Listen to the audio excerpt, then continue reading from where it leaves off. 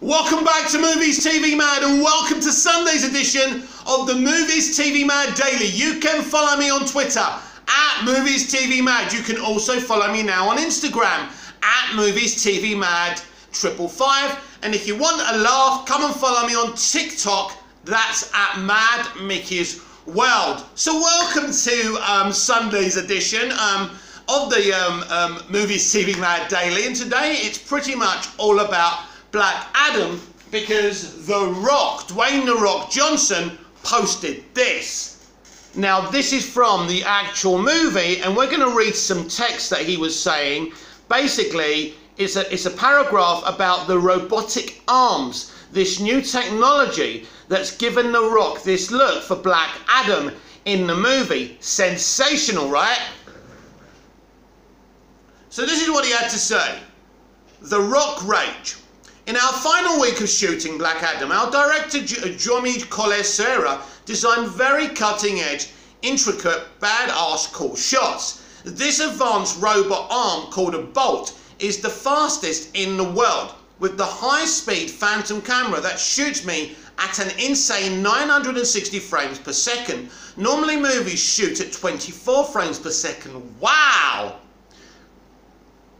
If you know the comic mythology of Black Adam, then you know his rage comes from pain. His pain comes from the loss of his wife and children. He is now the most unstoppable force in the DC universe of any Endgame universe. Wow! Pretty much saying, at the end of the day, this guy is the most ferocious beast. Even basically, he's saying he's superior to Thanos in the MCU. A nice little kick in the balls for the MCU stans who can't accept the flaws in their own franchise. Of course, we'll be talking about that a little bit later on.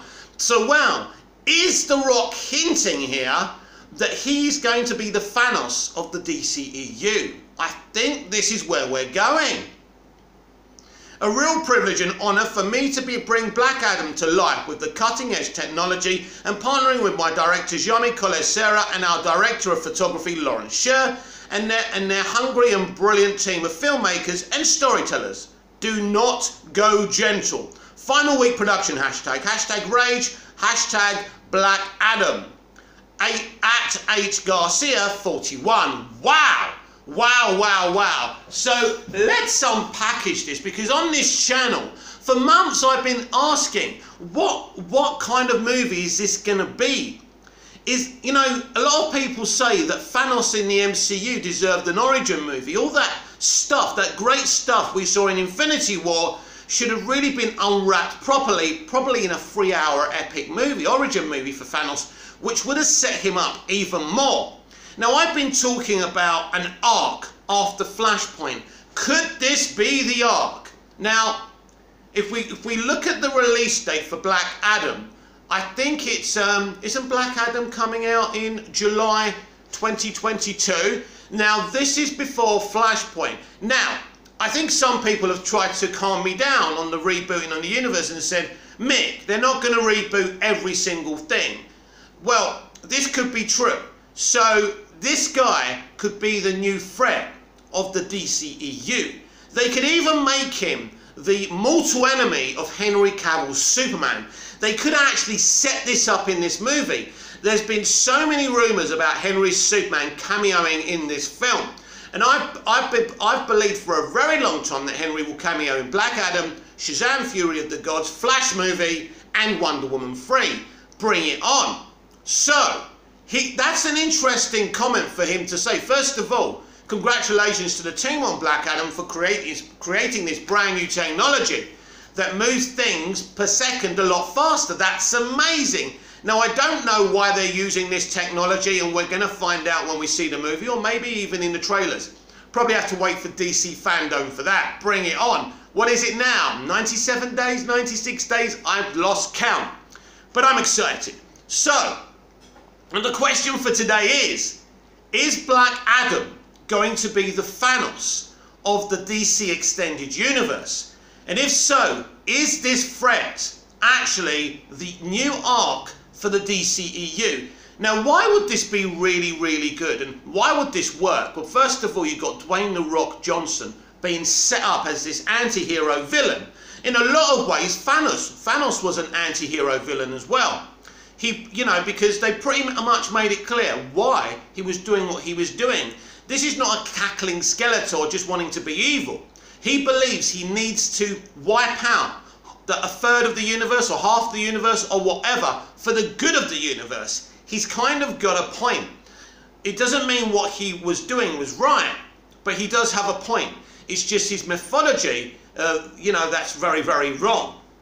And so they could actually be setting up Black Adam as the Thanos of the DCEU and, bring it fucking on. If they're doing what the MCU should have done with Thanos and give him an origin story, but they're doing this with Black Adam, and he's going to be kind of the villain of this brand new, let's call it phase 2 of the DC live action universe. I mean, let's go back to what a beast this guy looks. He talks about rage. He talks about why he's raged, the character, because of his heartbreak, because of the loss of his wife and his children. So he's got an origin story, a good origin story that helps you sympathise with him. Like Zod did in Man of Steel. You knew where that guy was coming from. Zod in Man of Steel is such an interesting character, but Zod, even if you read him in the comics, was once the hero of the Kryptonian people. He was Superman on Krypton. He saw what the Kryptonian Council was doing. It was wrong. They were exploring the cosmos and they were doing great things. And then they started artificial population and they betrayed the people of Krypton. Zod didn't like that. He stood for the people of Krypton. Again, doing things the wrong way for the right reasons, like The Rock. So I believe, look how ferocious and angry he looks. I think this is going to be amazing. And if they are making him the Thanos of the DCEU, and I hate comparing the MCU to the DCEU because they think that makes them so superior to us. But it's interesting because that's what Snyder was trying to do with Darkseid. I mean, Darkseid has been around before Thanos, don't forget. And I think the Darkseid threat in the DCEU was conceived before Thanos was as well. Because Zack Snyder, I mean, he was planning this since 2013, really. Or no, 2012 even, when they were making Man of Steel. So that's interesting as well. But I think this would be a very, very good way to go. I really do. I think making this guy the villain of the DCEU and part of this arc, and ultimately, this is Shazam's bad guy.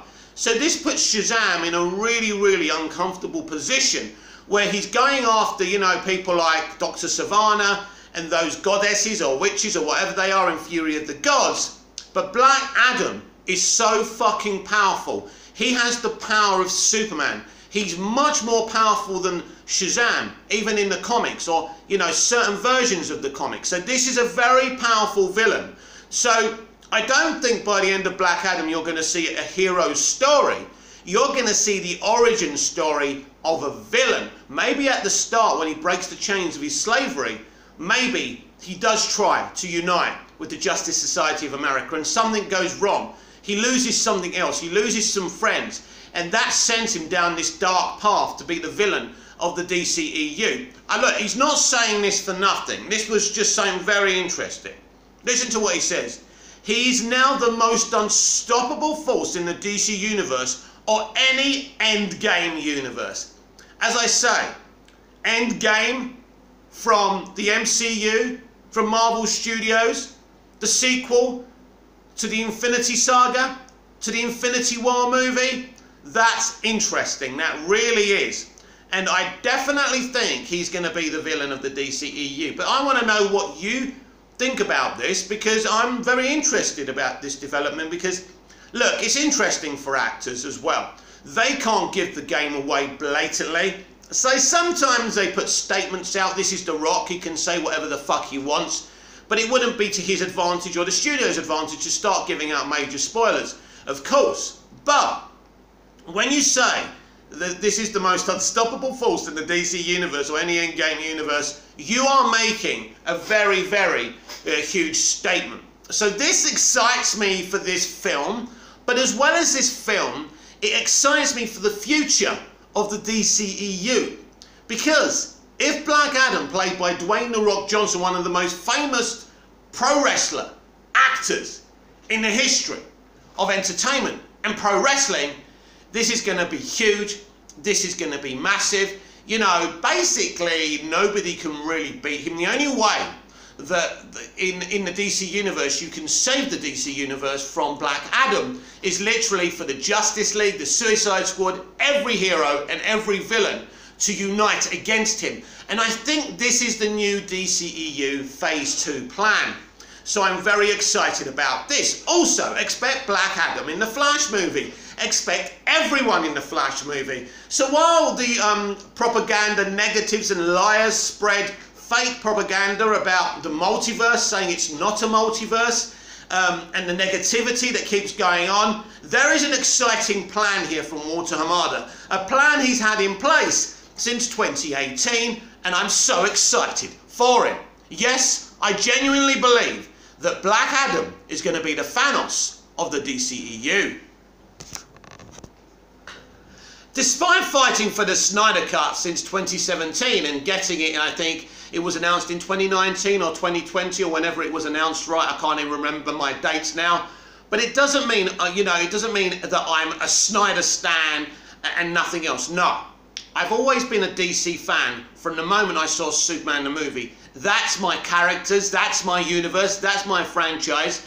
You know, just fantastic. The TV shows, starting with the 1960s Batman, Superman the movie, the Reeve era, Brandon Routh's Superman Returns, Superboy, Smallville, one of the best versions of DC live action ever made, the DCEU, bringing it all up to date. And it still really triggers me when people have shit takes about the future of the DCEU. Now, I'm sure most of you have heard of Gracie Cosplayer. That's what she's called. Now, I thought she was a good sort, and we've always had discussions, and she's also a Man United fan like I am. But something kicked off between me and her yesterday, and it was this. So someone else who ironically was called Grace was calling out Disney for their Premier Access $30. Now, let's remember, HBO Max and Warner Media got a lot of shit from people, from the media, people like Christopher Nolan, for doing a day-and-date release. Now, HBO Max charge you a subscription, but they do not charge you a premium of $30 to watch a cinematic movie. You will be able to watch James Gunn's The Suicide Squad on HBO Max over in the states and territories where it's available for just your subscription. Now, Disney charge you $30. Now, this girl was making a great point that it's outrageous, the $30. So Gracie comes in on her and says, yeah, but you know, this and that. And I had to chime in and I said, hang on a minute, Gracie, are you being serious here? You know, it's absolutely outrageous that they are charging a £30 premium, Premier Access. It's a fucking rip-off. So then she comes back with me with the usual bullshit. Us who haven't got like a wife and kids. Well, you obviously ain't got families. It cost me more than $30 to go to the cinema. I said to her, that's irrelevant. What's the better deal, Gracie? Not paying $30 for this content or paying $30. Then she started spreading the false narrative about HBO Max struggling and the DCEU being in trouble, blah, blah, blah. This wasn't the subject I was discussing, Gracie. I was discussing this simple situation. Is it better to charge your audience $30 for one film plus a subscription, or is it better to allow your audience to watch it for just the subscription? Now, you can keep the film you pay for on Disney+. You keep it for as long as you have access to Disney+. So if you go bankrupt and you lose the availability of Disney+, and you don't access it, you lose that, basically. So you may just watch Black Widow once. You may hate Black Widow and watch it once. You pay $30 for watching a middling, shitty little movie, right? But the problem with Gracie Cosplayer is she's not the usual kind of Snyder fan who just spreads false propaganda. That's part of her game. She's also a Disney and an MCU stan, and obviously she's a cosplayer, and she does very well from that, by the way. So that's interesting. So clearly Gracie is a very wealthy woman from her cosplaying stuff and whatever she's doing. She's probably pretty elite. She probably knows all the other famous cosplays, and that's great. I'm happy for her. But the debate we had, Gracie, was about morality. Simple as that, nothing else. You were talking about business. Well, the consumer, you and me, are not part of a business. We don't see it as a business. They can see it as a business, right? They are ripping off their audience. They are giving them boring, mundane, watered down films, charging them a subscription and charging them $30 for the pleasure of fucking watching it. Now, HBO Max and Warner Media, who were slaughtered for this initiative, don't charge that Premier Access fee. Then she started talking shit. Yeah, but they were just trying to bump up their subscribers. So, how dare they, as a business, try and bump up their subscribers? So let's break this down. She was talking about HBO Max struggling. HBO Max has not been as successful as Disney+. HBO Max launched a year too soon. As far as I'm concerned, they had very, very little original content, but there has been some original content there, and it's been successful. Yes, we know Zack Snyder's Justice League was successful, even though they won't admit it. But there's other stuff. There's quite a few other things. There's the Kate Winslet thing that was very successful. There's the one that's just been cancelled that was very successful. I don't know why they didn't give that a second season. I forgot the name of it. But there's been a lot of good HBO original dramas on HBO Max. Now let's look. Now she was calling it a shitty streaming service. HBO Max is actually not a shitty streaming service. It's actually got a lot of content. And it's different content that you can get from anywhere else, because all these streaming platforms are different. And everyone, you know, kind of, it's different strokes for different folks, isn't it? So to sit there with your fake propaganda and your MCU and Disney standing, telling us how great the MCU are and Disney are and how shit WB are. And then she was telling me that the multiverse isn't a multiverse. And you know, of course, when these people lose, at the end of the day, and I blocked her in the end because her little fans were starting on me as well. And this just started as an easy little debate. Is it fair for Disney to charge Premier Access $30? Is it fair? Let me know in the comments, right? Forget about it as a business. Forget about what you prefer. Is it fucking right for one studio like WB that a lot of you hate for no fucking reason, apart from that you didn't get your own way with them, right? I love Snyder's work. I want the Snyderverse restored. Talk to Zack. Ask him why he opted for revenge instead of restoring the Snyderverse. Don't blame the fucking studio. Anyway, let me know in the comments down below. Am I right? Is it immoral and wrong to charge people a subscription and $30 for a movie? I think it's wrong. Now, Amazon Video do charge you for certain films. It's not all free. I understand that. That's a little bit different, isn't it? Because what they do is say, right, this is a big catalogue of free films that's part of your subscription, right? But here is a bunch of other films that you can get down at HMV but you can buy. It's different. But are they right? Is it, listen, you, if you're a DCEU fan and there's millions around the world, aren't you excited that all you had to do is pay for your subscription for HBO Max and get the Suicide Squad for free for a little bit of a time, for about a month? Isn't that exciting? Isn't that good? If you can't get to the cinema, if you're worried about COVID, isn't that good? And you don't have to pay $30. Or is Gracie right that it's perfectly fine? The MCU and Disney can do whatever the fuck they want because they're the MCU and Disney and they're the bestest fucking ever. I've got all the fucking MCU films in my cabinet, but I am sick and fucking tired of MCU fucking stands. MCU's the best. This is the best. Oh, and now the Taskmaster debate's coming out. Disney and the Marvel did nothing fucking wrong. No, it was a great review. It's great. It's awesome. No, it's not. The Taskmaster, listen, I'm not always one for copy and pasting and being exactly like the origin material. Tobey Maguire is nothing like the Spider-Man from the fucking comics, but I think he's far superior. And I think he Christopher Reeve's Spider-Man and Peter Parker, and I think he's my favourite version, even though he don't fucking have the web blasters and it just comes out naturally. By the way, if you were bitten by a radioactive spider, I think it's totally understandable if you got spider webs coming out of your arm. I ain't got a fucking problem with that. Yeah, talk to the fucking wall.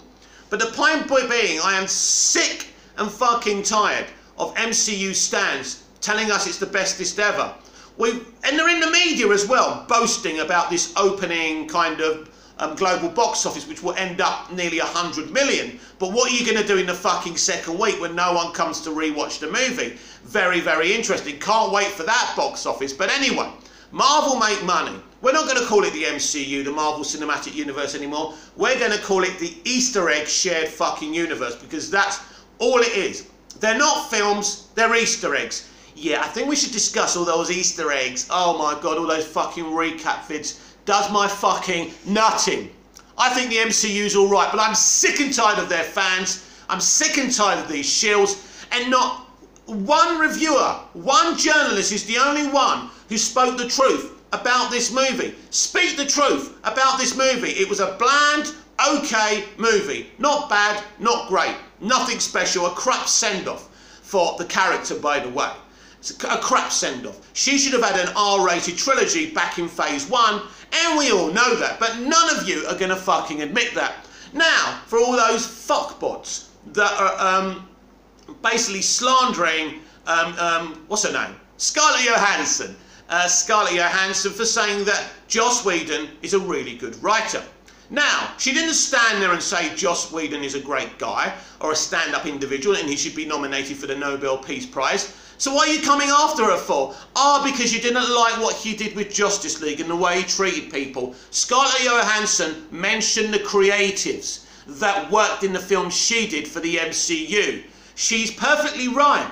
He is a really good director and writer. No, not for Justice League, because the schedule was ridiculous. Nobody could have done better than him with Justice League, and we all know that. He acted improperly because he was under the gun. That doesn't justify his behaviour, by the way, but they actually acted as toxic to him as he acted toxic to them. This is the real truth. They didn't want Joss and Joss didn't want them. It was an uncomfortable relationship. The situation was a mistake from the studio from the beginning.